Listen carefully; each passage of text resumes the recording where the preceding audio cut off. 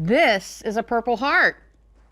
This is Morris Semiatin. It's showtime. Take a good look at this man. His name is Mr. Morris Semiatin. He served with the 5th Marines Division at Iwo Jima.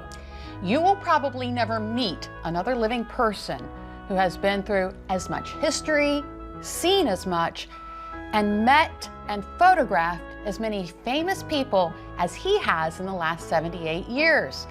That is a challenge his son Ben says he issues to just about everyone he meets. And we are so honored to have Mr. Semiatin, who lives in Berlin, with us today. Morris, thank you for being here. Thank you for your service. Pleasure to be here. Thank you so much for your service. So I want to start off, it was 1944. Yes. 18 years old. Yes. The Allied forces were fighting the war. You joined the Marines. Yes. I did. My brother was in the Army in Europe. So I didn't want any Army duty. I thought the Marines would be much better. And I joined up. I could have been drafted, but chose to join instead. You volunteered. I volunteered. So what was boot camp like? Boot camp was pretty rough. I mean, it's not a turkey thing. You really, if you got to do your job, or else you're out. And when you're out, the first couple of days, you would be home. But you would have to do your job right away. Wow. And the only way to get out of there is go through the alligator thing. There was a ditch there where the alligators were floating around. Oh. And the only way to escape from that camp was to go through that. Through the alligators. Exactly. Oh my goodness. But you made it through. Made it through. And then you were shipped to Iwo Jima.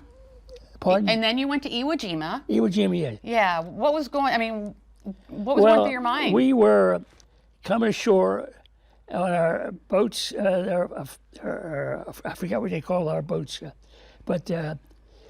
And we passed the battleships as they were firing on Iwo Jima. Iwo Jima was needed for the American use and for airfields, because they had 2 airfields that the Japanese were building, and we needed it to bomb Japan. So we had to invade the island. And we came ashore and landed, and the Japanese were looking right at us because they were at Mount Suribachi, which is on the island, and they're looking right down at the beach. And you can see everything that was going on. So it was a very difficult landing. But we got ashore. We spent the first night, and the first night was pretty rough because the Japanese were still very active, trying to chase us off the island. So what was going through your mind? What were you thinking all this time? I didn't think. I thought this wasn't going to be just a normal operation that we do in the States. No, this is the real thing. You're on your way to Japan, and you have to fight your way through this island to get into the use of the airfields to bomb Japan. And we had to think that do your job, or else you wouldn't last a day or so. So was this where you got your Purple Heart? I got my Purple Heart I forget the 5th day or something like that. And I got my Purple Heart when I left there. But I was wounded on the 5th day. Yeah. And I was brought back to the ship. And the hospital ship they had there. Right. And from there on, we went back to Hawaii. But I saw a little bit of action, but not that much to threaten my life. My goodness. One thing you did see was the victory. I'm sorry, I can't hear you. One thing you did see was the victory and the raising of the American flag. Oh, yes. The flag was raised. We had 2 flags. We had a small flag and a large one. They tried the small one, and the flag was too small to see back at the ship. So they brought in a larger flag, and that's the one they raised. With the 6 men raised the flag there. I saw history being made there. And I happened to see the flag being raised. The Japanese didn't like it because they came out of their foxholes, and tried to chase us all off the island. but we stood fast. That's amazing. And you were friends with the man who took the famous picture. Pardon? You were friends with the man who took the famous picture. Ira Hayes. The picture, his name was, Has it? I can't remember his name, I'm sorry. But you were also friends with Ira Hayes. Ira Hayes, he was my best friend. Really? Yes, he was one of the men who, in the 6 men that put the flag up on Iwo. And he was the man on the end with the little patch on his back. And that's my friend Ira Hayes. Ira was a man that, being Indian from Arizona, was told not to drink or do anything liquor. I had to keep him straight. I had to keep him from doing all this. And one day, I was called back to my hotel room, and I found out that Ira was on 14th Street doing at a bar out there. I said, "What in the world is he doing?"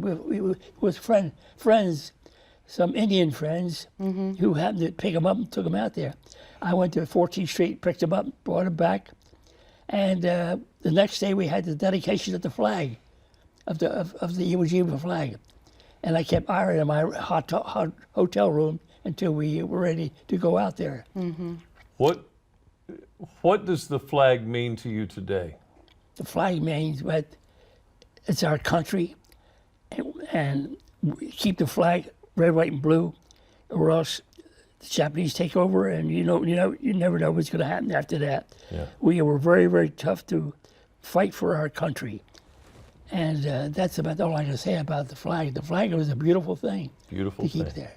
Yeah. Beautiful thing. It was a beautiful thing to fight Well, for.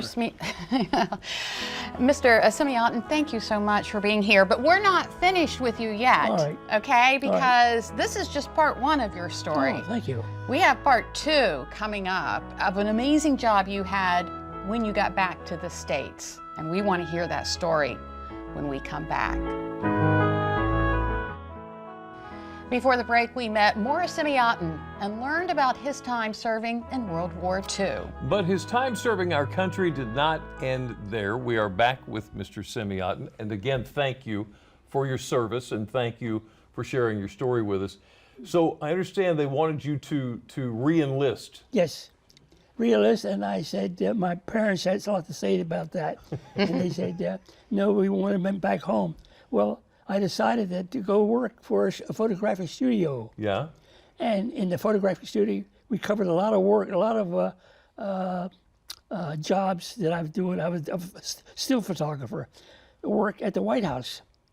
And we would go from the studio to the White House every day or so and meet a certain person who's going to meet the President of the United States. And we photograph them for the use of their magazine, whatever they used it for. And we covered a lot of very famous people, kings, queens, you name it. Really? They all came to see the president, and we came to see them. Oh my. With our camera. Wow. Who are some of the presidents that you photographed? At least 4. Mm-hmm. 4. Yeah. Reagan, Carter. I can't. Lyndon B. Johnson? Johnson? Johnson, yeah, LBJ, my friend. Your friend? He was my friend.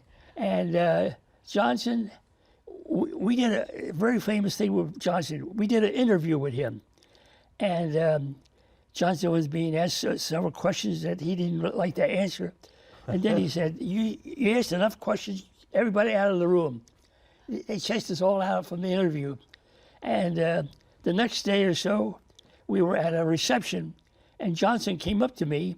He put his arm around my shoulder, and he said, he told another photographer, take our picture.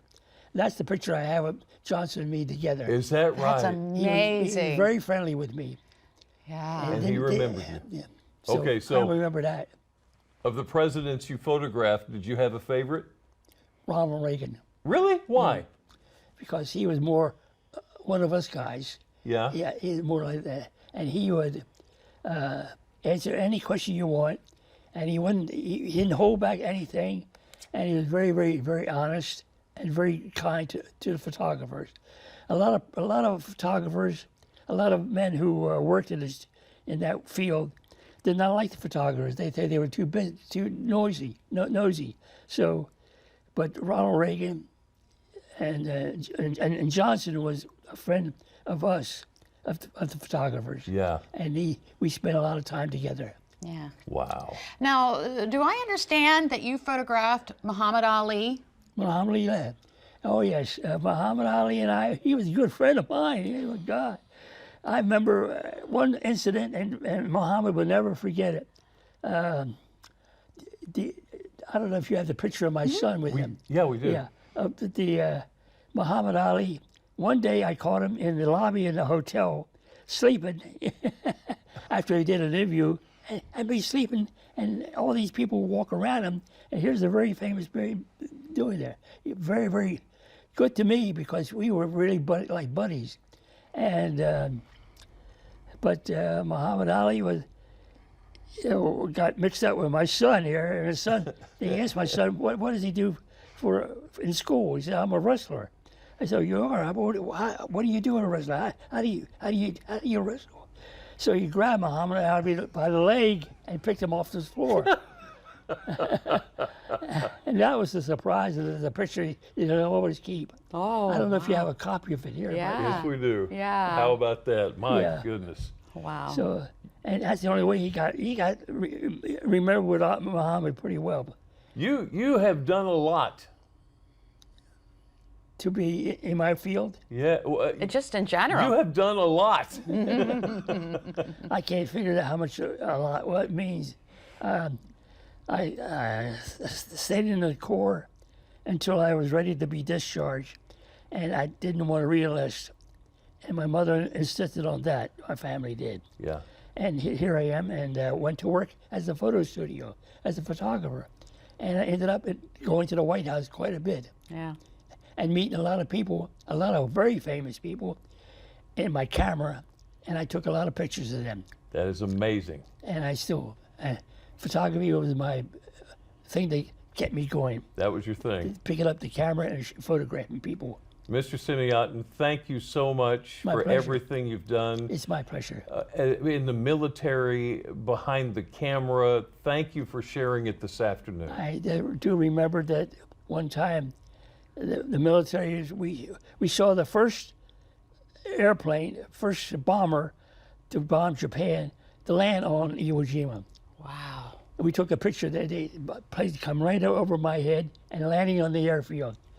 That was the plane that didn't drop the atomic bomb, but it was pretty close to the one that they used, that took off from that island also and went to Japan and dropped the atomic bomb. Is that right?